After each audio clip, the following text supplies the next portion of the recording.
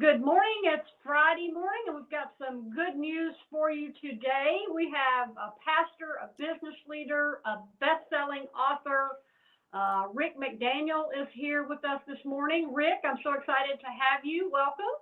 Good to be with you today, Beth. I found Rick on a Bible app. I was doing a Bible study, and he popped up, and I think he did the word of the day or something. I dug a little deeper and reached out to him several weeks ago thinking I really want to talk to him because I love the topics of his books. And so we're going to talk about some of that today. So, Rick, we're going to talk about, first of all, you started a church, 23, 24 years ago Actually, in 30 Virginia? years ago. 30 years ago. 30 years ago. 30 years ago. Yep. And so what made you start a church? Not many people wake up and say, I'll start a church today. What happened? Yeah, that's a long story. So how can I give a short answer? The short answer would be 30 years ago, I felt like that church needed to change and become more relevant and contemporary. Now, that sounds funny now because so many churches are that way, but again, go back 30 years and that's not how it was. And so I said I'm going to start a church that is more relevant, that would have a live band, that would be more casual in its dress, and ultimately ended up with the screens and video and all those things through the years. But it started with a vision to reach people who weren't going to church, to reach a younger generation of people that needed to be introduced to the gospel, and that's what got me to do that. And then I wrote an article about it, and a guy read it, and he ended up being instrumental in me coming to Richmond, Virginia, and to a growing suburb at that time called Glen Allen, and that's how I started the church. So what did you learn? You pastored for years, decades. Plus, you speak in the business industry, and what we talked a little bit before is, those two worlds can come together in such a way. But what did you learn from pastoring, from starting a church, from doing it different, from coming out with a different view of, okay, I'm not going to do it like everybody else is doing. I feel like I'm going to do it, and reach people that may otherwise not come. What did you learn through that process? Because I have a feeling that fueled most of your books. Well, I learned, first of all, I learned that just like in the business world, innovation is vital. And we have the greatest message in the world. The gospel is the greatest message, but it can not be heard if people aren't receiving it and can't receive it in a way that makes sense to them, that's relatable, practical, relevant. So I learned a lot about how to do that, how to reach people. I also learned that people need encouragement. They need hope.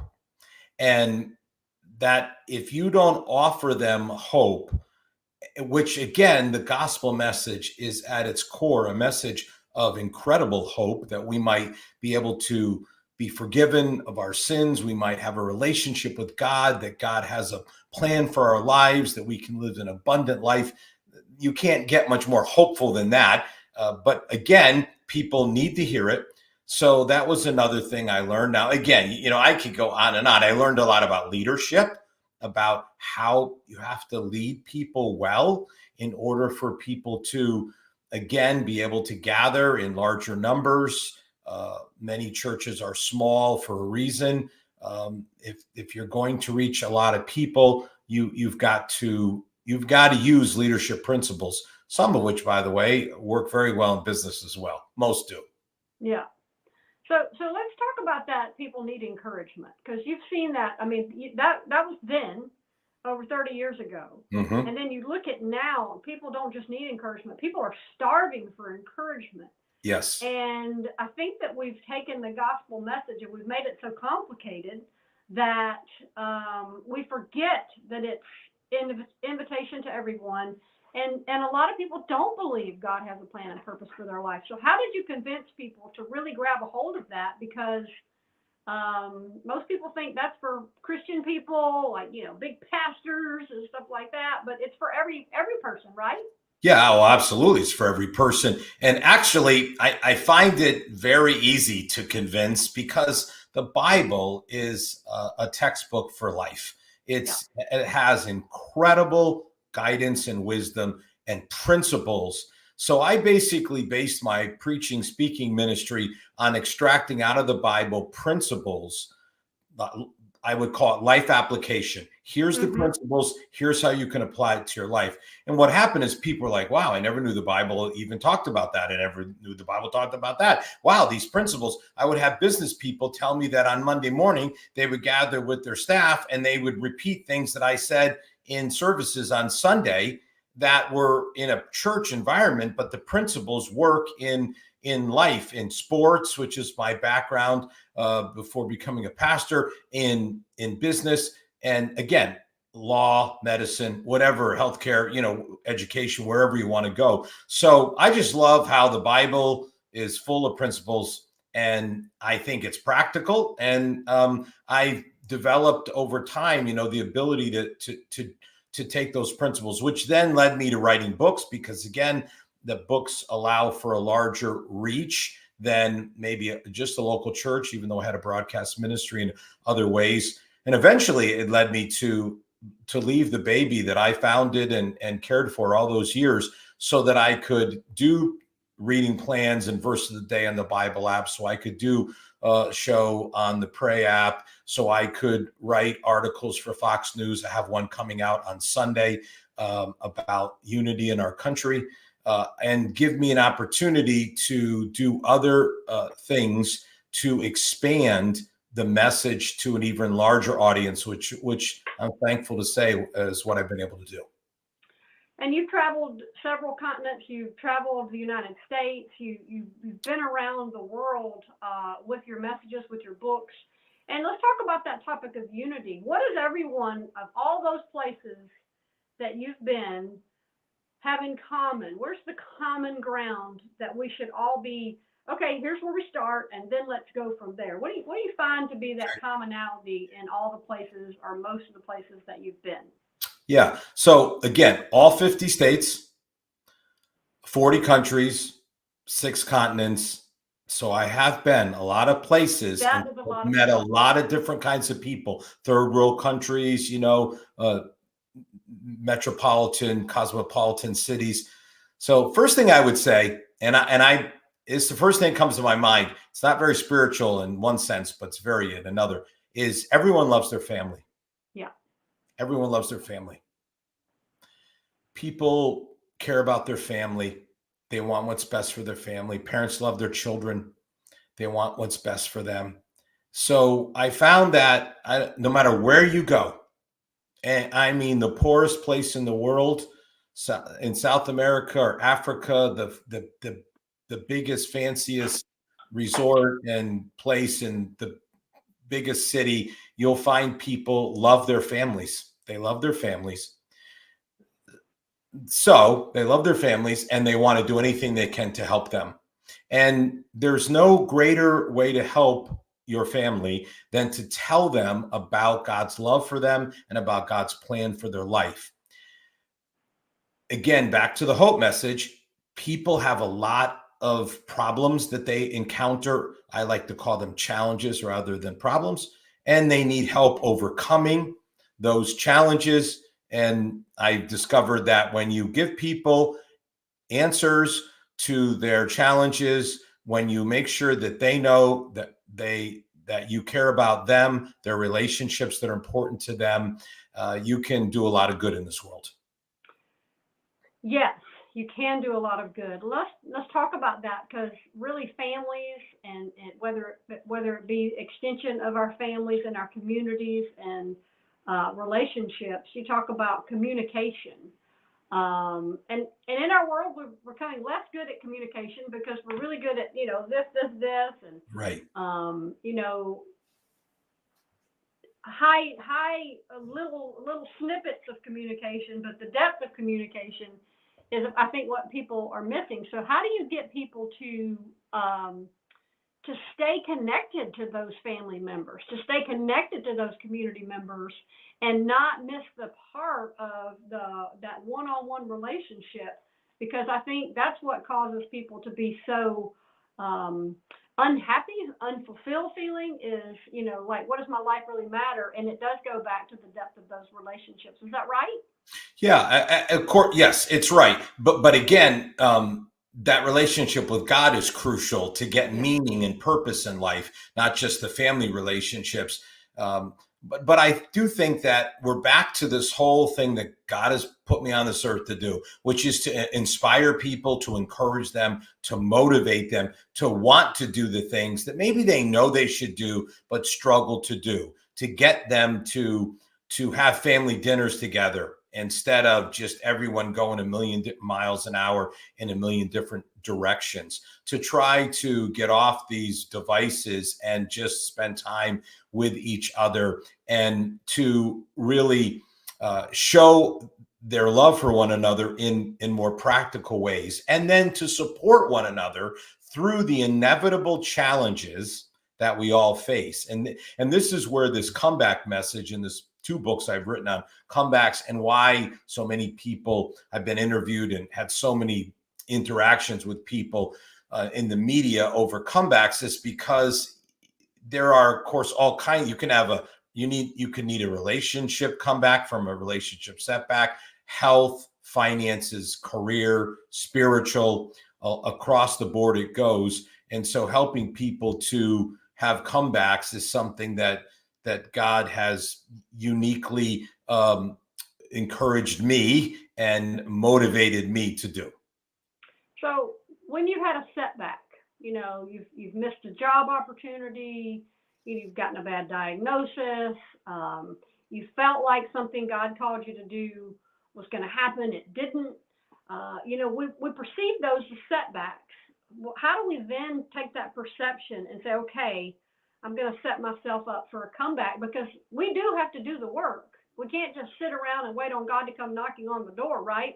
We've got to go do the good works God planned in advance for us to do. So how do Correct. you tell people to, all right, if you want to come back, go do these things and see that come to fruition? Yeah. So first of all, you said several things. You say we perceive those as comebacks, and I just want to say those are comebacks. Okay, those are setbacks. You perceive them as setbacks; they are setbacks, Yeah. and there's does you no good to deny that. It's Yeah. just okay. This is a setback. Okay, I didn't get the promotion that I wanted. My spouse just walked out the door on me. There's no way to put lipstick on a pig and say, "Oh, everything's fine." No, this is a setback. So it's Yeah. always important to just be able to own it, to be able to say that's what it is. And there's lessons to learn from a setback. And of course, this is the whole reason why I wrote Turn Your Setbacks into Comebacks, is to literally walk people through some of the steps that you would take to have a comeback. But just for instance, a few things that are really vitally important.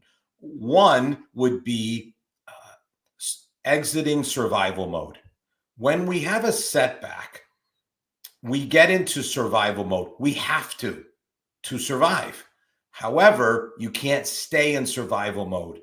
You have to shift from survival to thriving. And that is enormously important to get out of survival mode. Another is setback mentality. You have to lose that. Again, if you're not careful, your whole mindset will just be, this happened to me, this is unfair, I was wronged, or I screwed up, I messed up. However you want to look at it, whether you beat yourself up or you have a pity party about where you were wronged, at the end of the day, that mentality must shift to a comeback mentality, or you'll stay in the setback. So there are people right now today watching, listening, who are in the middle of a setback and can have a comeback, but it will take steps. It will take certain components that you have to put into the process. And really what I discovered is, the more I wrote 1 book, then I wrote a 2nd book, because there's so much information really and content to delve into when you talk about this subject of setbacks and comebacks. But I can tell you this one thing for certain, for absolutely certain. The pivot point where you move from a setback to a comeback is this: change. You keep doing what you've always done, you'll keep getting what you've always gotten. Okay. Definition of an insanity: doing the same thing, expecting different results. So change, and it has to be a change of mind, a change of heart, and a change of action. All those components have to be in there. So wishing is not going to get you into a comeback. Changing will, taking the right steps. And I'm going to tell you what, it happens. It happens all the time. I am a collector of comeback stories. I can tell you many, many, many, and they're super exciting. Well, so take that mentality shift, and sometimes we're like, okay, we move out of that fight or flight mentality, and we're like, okay, strategic. All right, I've got to be strategic. I'm going to make some decisions so I can list my changes. What's the best way to really decide what's next? I mean, we pray about it. I mean, how does God lead people to make, do I take this job? Do I take that job? Do I move to this city? Do I move to that city? I think people struggle with the day-to-day. Okay, I asked God, I didn't hear from anything. I don't know what to do. I'm just going to do. How do you help people to really listen while at the same time not getting stuck waiting on like a telegram or an email from God saying, go do this for the rest of your life? Because I think people get stuck there. Yeah, it's a very, very good point. Okay, there's a very interesting little scripture in the Bible. It says, watch and pray. Watch and pray. Not just pray, watch and pray. Mm-hmm. So if you're going to pray, you better be watching, because God will be talking, and he can talk through circumstances and events. So you pray and you watch. The second thing, let's go back to now to the praying part, is pray for a comeback. In other words, pray for things like God's blessing, God's favor. Yeah. And then pray for God to expand your territory, to increase your influence and impact. Pray for God to do that. Then watch and see what he might do when you pray that way. Something's going to happen. It's going to.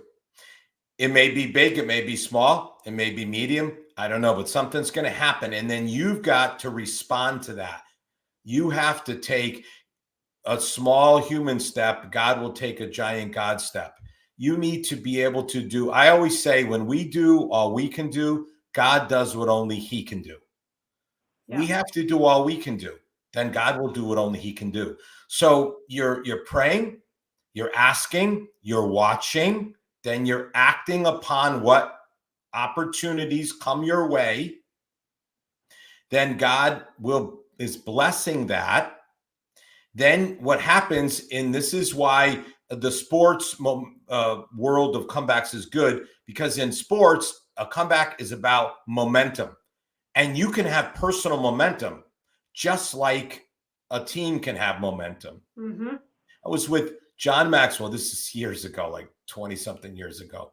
And he said, momentum is your best friend because it makes you better than you are. I never forgot that. I believe that all the way. You can get on a roll and things just start to happen. Yeah. And God is just doing it. And what you just need to do is just keep moving with it. So, momentum there in the Turn Your Setbacks to Comebacks book, I break this down in great detail, about like how momentum happens, and because it's a bit of a formula. It's formulatic more than it is. Maybe people just think, oh, it just magically happens, but there's things we have to do. But once it happens, you've got to act and take advantage of it. Yeah. People that do, wow, they have some pretty great things happen in their lives. And so let's talk about the life of, God's called me to do this, or God's called me to do that. Maybe I'm in the business world. Maybe I'm not sure what I'm supposed to be doing. I want that change. I just don't know what that looks like. You got people all over the spectrum with questions. And you talk about high impact living, and your podcast is Point of Impact. So let's talk about what it looks like. I mean, everybody wants to live a high impact life. We want to impact other people. Yes. starting with what we talked about earlier, our families, and then our offices, and then the people in our circle. What does it look like to be that high impact person every day? Because we are going to have setbacks. We are going to have disappointments. We're going to have crushing blows, and still our life is having an impact. So how do you help people through your podcast to remember you're a high impact person regardless of what's going on around you, and how does that person act and react every day? Okay. One thing I would say is I just am just starting on the book that is going to literally break this all down. It's the book I've worked, my whole life to finally write. I have a new book coming out called Greater in November. That's already done, but this is the book where I'm going to lay out in great detail every answer to everything that you just said. But in the meantime, here's what I would say. In something like the Point of Impact podcast, what I'm trying to do is look at subjects like happiness, success. Those are two of my favorites. Influence, and show. I'm a big believer in, it's just the way, my mind works. If you look at the episodes, you'll see it's 10 ways to do, it's 5, it's 10. I like the numbers. I like the lists. 10 morning habits to make you successful, so and it's very practical.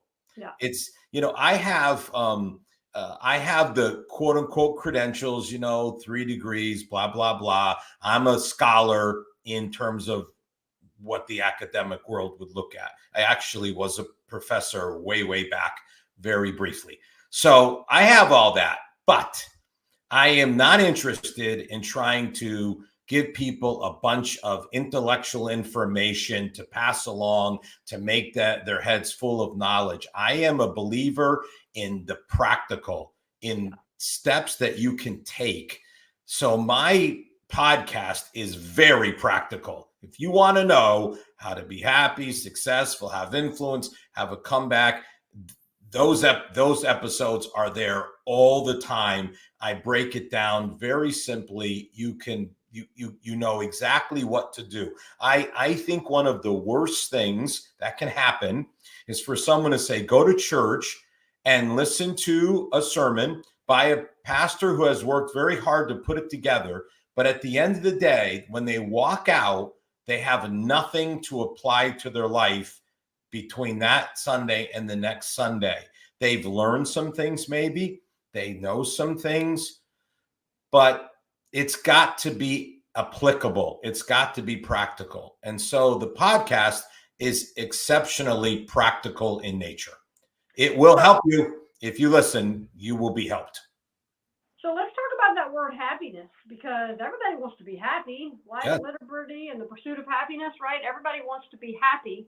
Yep. And I believe happiness comes more from who you are than what you do. So I like to say God didn't create us to be human doings. He made us human beings. If we know who we are and love and accept and wave goodbye to who we're not, and let them go, and all those people go, and get really right with who we are, then I think we know a whole lot more about what to then do. What are your thoughts on this identity crisis in the nation, these influencers everywhere telling you to think this and buy that? I mean, we got to shut that down if we really want to be our best self, because we got one life, and this is not a dress rehearsal, right? Yes, I am a huge believer in the your one and only life concept. Yeah. Or maybe I'll write a book someday called Your One and Only Life, because you only get one, and there's no repeats, and there's no such thing. You don't get a day back. You don't get a minute back. You don't get an hour back. You don't get any of it back. Right. Once the day's over, I heard Billy Graham say this one time, the bank of time closes every day, no deposits, stay, it's done. So you've got to be able to know, okay, I got to live this life of mine, because there's no reincarnation, none of that. It's this one time. And that's really important for people to get, because then maybe they'll start taking action and doing things, because this is it. Once this life is done. And I talk to people all the time about having no regrets, about living life to the fullest, because if you don't do it, and then you wish you did. I'm not going to live my life that way. I can tell you that. I get the end of my life, I'm going to say I gave it all. I did what I believe God wanted me to do. I do believe, again, this is such a huge subject, but I do believe very much in terms of happiness that it does begin with mindset. And one of those reading plans, the most popular on the YouVersion Bible app of all the 8 plans, is the one called Mindset Matters. And I'm not surprised by that at all, because it makes perfect sense. Because people, it's really, be careful how you think, the Bible says in Proverbs 4. Your thoughts determine your life.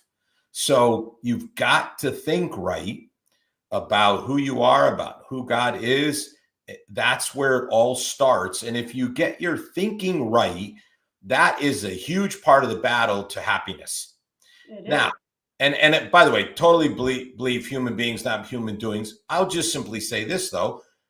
There is something to doing, and there is something to the happiness that comes from accomplishment, from doing things.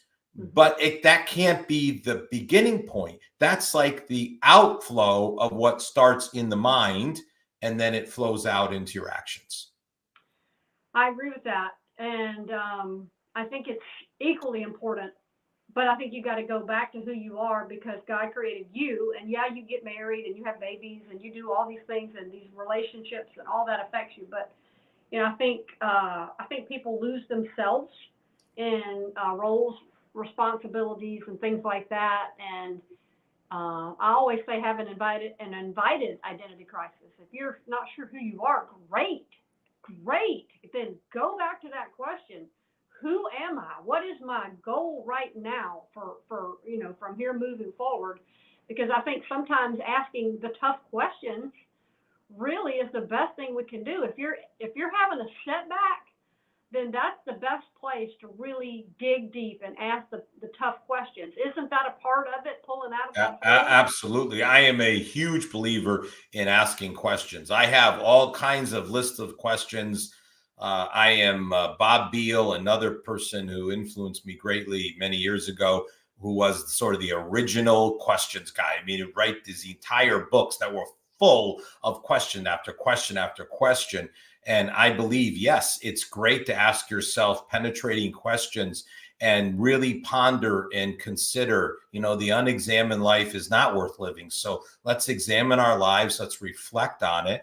Let's obviously look at what the Bible has to say. Let's be informed scripturally. Let's take an honest inventory of ourselves. I still have a famous message called The First Choice for Happiness. The first choice for happiness is being honest with yourself. That message was based on when Moses came down from the mountain, and he comes upon this unbelievable scene of debauchery, and he goes to his brother, who's the religious leader, and says, "What is going on? And how did this golden calf, what idols?" And his brother's like, "Gee," and this is in the Bible, right? It's the most incredible thing. He's like, "Yeah, I don't know. It's like we put this gold in and out popped the calf. I mean, what? Like, come on, Aaron, seriously, be honest with yourself." So the first choice for happiness is you have to be honest with yourself. It's a good place to start. That's right. And you said you don't believe in regret, but where you have mistakes and where you have things in your past that you have done that you're like, man, I wish I'd have never done that, or right. I should have, that's okay. Ask that question. Or what are the things that I can best learn from? Because I need to learn from that, because you can I'm a big believer in your past is there for a reason, but carry what you can learn from that into the future, because you've learned lessons, but don't let it drag you back. Right? Yes. I mean, that's yes, absolutely. And there's a whole chapter in the Comebacks book on learning from the lessons of your setback. You must learn from the lessons. When I say live with no regrets, I don't mean you don't have regrets. I mean, your goal in life should be to try to live in such a purposeful way that you don't allow yourself to have regrets. But of course, we all make mistakes. We're not perfect, and we will have regrets. But let me say this. I have left the longer I live, I have less regrets. Yeah. How about that? Yeah, I think that's really good. And let's talk about one final topic. We could talk all day, but nobody would listen. Influence. you talk a lot about influence, and this is the world of influence. We have social media, we have people, everybody's got a book and a podcast. I'm in that same Right. Yes. world. It's a great time for opportunities to be able to get your message out there, because there are so many vehicles there. Social media is great for that. Podcasts, books, those are all great. How do you leverage your influence and really, really make sure that you are not trying to be everyone, but really honing in on who God called you to be, and how to be bold in that message, not shrink back, but really step out there and say, man, I'm excited about my life, and I want to tell you why. How important is that understanding of that powerful opportunity to influence others? Yeah, I am a huge believer in influence, and I believe if there's going to be a lot of what I would consider to be bad influences, that we need to counteract that with good influences. One of the reasons why I decided to make this huge pivot in my life after loving my church and pastoring and all that is because a pastor has to speak on everything: doctrine, giving, serving, relationships. I mean, a good pastor gives you a healthy diet of all spiritual food that you need. However, I do not have to do that any longer. I can focus in. So I believe this is my lane, and I'm there. I am there. If you're looking for inspiration and motivation and encouragement from a faith perspective, I'm your guy. And that's where I'm putting my focus on social media, my books, my podcast, and these other media, these other marvelous opportunities. And even this Fox News piece that comes out on Sunday is me telling a story, because that's kind of what I'm known for, my story-based devotions and telling the story it's the story of a family reunion I just went to.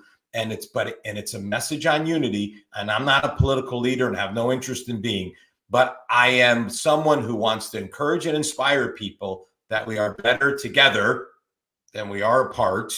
There's more that unites us than divides us. And so even in this unique setting on something like a Fox News, I'm looking to bring that message. So be focused you can't be everything to everybody. Have your lane, know what it is that you are doing and the message you want to share. And I think you can have a pretty significant influence. And I agree with that. I think having your lane, and sometimes if you're not sure what that is, I like to say, if you're trying to get a bigger picture of the bigger picture, you got to bring your world back and make it a little bit small so you can really seek those questions and answers, and then run your race and get out there and win like you're the one getting the prize, because that's what the Bible says do. Don't sit back and do nothing, go do things. And Yes. Once you know those things to go do, because you know who you are, then you run that race like nobody else has ever run that race. And I know you're like, yes, that's right? Yes, absolutely. I'm 100%. 100%. And that's exactly what I'm doing. That's the way right. I am right. Pursuing what God has called me to do. And we'll have to come back and do this again, because I know you talk about marriage. You've been married over 30 years. You've got 2 grown kids, and I would love to come back and talk about that topic, because I know that's affects a lot of people. And you talk about the fact that it can be tough. And yes, I think we face the tough. And I yes. think, that's whether it's in any relationship. I think that's important, but we'll stop with here today and come back around and do this. And you can get Rick McDaniel's everything on rickmcdaniel.com. He's got Bible apps. He's got 8 books, and you're coming out with a 9th? Yep, coming out with the 9th one. You can get books on Amazon, that I've written, or you can get them on rickmcdaniel.com, and you can follow me on all the social media channels, which I'm, Instagram, Facebook, X. I'm on all of those. And again, you can get a weekly devotion. A lot of people love it. We send out a weekly devotion every Tuesday morning. You can also go on the Pray app, pray.com. I have over 200 audio devotions, so you could listen if you want to listen instead of reading. So Point of Impact podcast, which is presently out, we're on our summer break. Season 6 will start in September, but there's there's 180 something episodes that you could listen to if you want to go back and listen to them.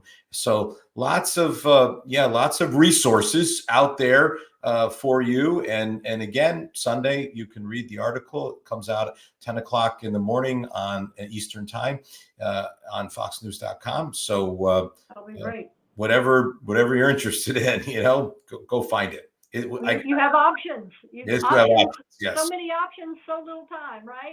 Yeah, that's right. Rick, it was so nice to get to meet you and to get to talk to you. I've enjoyed following you. I've enjoyed listening to you. I'm very glad that you're doing what you're doing and that there's a lot of people stepping up and stepping out in their lane and doing it boldly. And I'm glad you're able to come and share with us. And I really would like to come back and talk a little deeper about some of those relationship things at a later point. Sure. Enjoyed being with you today. Okay. Everybody have a great weekend. Remember, live your life on purpose. And what is it? If you got a setback, you got to come back coming, right? That's right. Yes, absolutely. Right. Good weekend, everybody. Bye-bye.